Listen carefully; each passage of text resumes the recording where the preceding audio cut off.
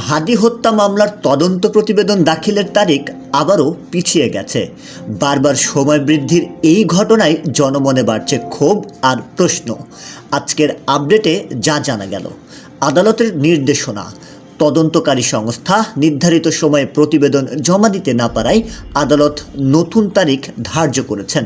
পরিবারের আর্তনাদ, দীর্ঘ প্রতীক্ষার পরও চার্জশিট দাখিল না হওয়ায় হাদির পরিবার ও শুভাকাঙ্ক্ষীদের মধ্যে হতাশা বিরাজ করছে। তদন্তের ধীরগতি, চাঞ্চল্যকর এই হত্যাকাণ্ডের প্রকৃত রহস্য উদ্ঘাটনে কেন এত দেরি হচ্ছে তা নিয়ে সামাজিক যোগাযোগ মাধ্যমে চলছে তীব্র সমালোচনা। বিচারহীনতার সংস্কৃতি ভাঙতে এবং অপরাধীদের দৃষ্টান্তমূলক শাস্তি নিশ্চিত করতে এই মামলার দ্রুত নিষ্পত্তি এখন সময়ের দাবি। আপনার কি মনে হয়, তদন্তে এই দীর্ঘসূত্রতা কি সুষ্ঠু বিচারের পথে বাধা হয়ে দাঁড়াচ্ছে? আপনার মতামত নিচে কমেন্ট করে জানান এবং পোস্টটি ভালো লাগলে অবশ্যই শেয়ার করে হাদির জন্য বিচারের দাবি জানান। শাহরিয়ার হিমেল, ডেস্ক রিপোর্ট, নবরূপ টিভি।